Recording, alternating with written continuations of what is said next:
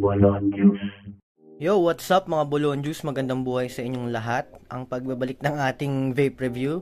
So, ayan, may re-reviewin tayong bagong produkto ngayon guys. Eto, disposable pad ulit guys. Nabili lang natin to sa vape shop dyan sa malapit. Shoutout sa No Days Off. Yan, dyan ako nabili dito sa Munti. So, eto na nga guys. Let's G. Ang re-reviewin natin ay etong 6,200 puffs na rechargeable disposable pad na ito, Mango Ice. So, ito na yung box niya guys. Transparent na plastic box. Yan. Dodge Bar. Yan ang pangalan niya guys. So, ingredients niya, VG, PG, flavorings. Tapos, nakalagay dito, distributed by House of Vape Malaysia. So, safe to say siguro na ito ay isang Malaysian juice. Sana nga, ganon. Kasi, kung alam nyo guys, kung natitikman yung mga Malaysian juice, isa yan sa mga masasarap din talagang gumawa ng mga flavors. So, malasa talaga. So, yan ang nasa top nya. Dodge Bar, Mango Ice, rechargeable battery. Yan. Yun lang. Wala namang iba na nakalagay sa box nya. So, open na natin.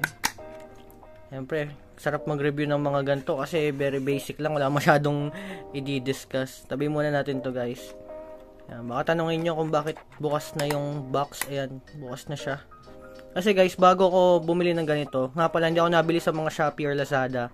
Though, mas mura nga doon. Kaso nga lang, mas maganda kasi natatry mo muna yung product eh. Bago ka umalis ng shop. Para at least, sureball ka na walang problema, na nagana yung nabili mo. So, yun. Daldal ko. Ito na nga. Ayan. Dodge Bar. Cute ng design niya guys oh. Teddy bear ba yan? Na parang Lego. Ayan. Mango Ice 6,200 puffs. Ayan. So, yun lang ang nakalagay sa kanyang design. Feeling ko naman talagang 6,000 plus din to. Kasi mabigat din siya guys eh. Ayan. Tapos, distrolit siya. Yan oh, cute oh. Parang yung nireview lang natin nung nakaraan guys, na yung isang video natin. Parang AE bar ba no? A bar? Parang ganito rin siya. Actually, parang pares na pares yung straw eh. Yun o. So, may takip siya. Yan. Para pag hindi nyo ginagamit, takpan. Pero mawala rin naman yan. So, tabi muna natin yan. So, ito na siya guys. Ito yung nasa ilalim niya. Ayan. So, hindi gagana yan pag di mo tinanggal to. Tanggalin mo natin yung sticker niya. Sticker. Ayan. So, ito siya sa ilalim guys. Basically, meron siyang airflow. Ayan. Tapos, Type-C charging. Ayan, mas maganda. Mas mabilis mag-charge. Ayan. Di ko pa siya na-charge guys since bagong bili ko lang siya. Normally, sa mga ganito, mabilis lang to. Mga 20-30 minutes. Full charge na kagad to. Tapos, tatagal sa inyo to siguro isang buong araw kung hindi kayo grabe talaga humipak. Kung chain vaping siguro yung maya siguro mga 5 hours. Mga ganun lang yan naman ay depende lang sa gamit nyo rin guys. Saka yun eh, experience ko lang din sa mga disposable. Ganun sila tumatagal sa akin. So yan. Yun nga, ito yung ilalim nya. Dito may LED indicator din dyan. Pag ginagamit mo siya, pag hinihipak mo, nagko-color white yan, lumalabas. So, hindi ko pa sure kasi hindi ko pa nga siya nalolobat. Ngayon ko pa lang gagamitin talaga. Siguro parang katulad din siya ng ibang disposable pad na ang indicator niya lang pag low bat na is magre-red. Yan. Lagay na lang natin sa comment section yung yung details. Pag na-low bat ko na saka pag na-charge ko na. Eh, Type-C naman to guys, kaya fast charging lang din to. Ayan. Yun. So, yun na. Yun na itsura niya guys overall. Ang mga magko-comment na naman dyan kung pwedeng lagyan ng juice or ganto, ganyan, kayo na po ang bahala. Basta lagi ko pong sinasabi, kaya po siya disposable pad. Kasi pag naubos nyo na siya, dispose na siya.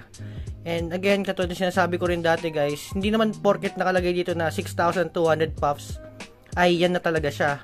Pwede siguro na mas konti lang dyan yung magamit nyo. Kung talagang yung hipak nyo guys is talagang malalim kayo humipak, yung matagal yung hipak nyo, mga 3-4 seconds kayo kung humipak, ganon. Pwede na naman sumobra, hindi natin alam, di ba? So depende talaga sa paggamit guys. So ala, tara, I-cloud check na natin ito guys. Tikman natin. Bigay ko sa inyo yung review ng flavor na to. Mentholated to, kaya trip ko rin to guys. Tara, let's go. Wop, teka lang mga bulon juice, nagbabalik. Nakalimutan ako. Para lang sa size comparison. Ito ang isang 60 ml na juice yan. 60 ml yan. Ganito ang size niya. Parang halos the same lang. Ayan parang same lang yung taba nila. So para lang magka-idea kayo guys, kaya binalikan ko. Yan ang itsura nila. Yun try natin dito. Yan. Ito, disposable din to. Ginagamit ko ngayon guys. Sarap din. Ito yung next natin review. Pakita ko lang sa inyo. Binibigyan ko lang kayo ng size comparison guys. Yan. Mas malaki tong isa. Kasi ito ay ano ba to? 9,000 to guys. So, yun. Mas malaki talaga siya. Pero, huwag nyo muna tindihin to. Re-review natin to next video guys. Yun. Tara, ipakita natin to. Let's G! So, yan na nga mga bulon juice. Testingin na natin tong Dodge Bar na disposable pad. Tingnan natin yung quality ng usok niya.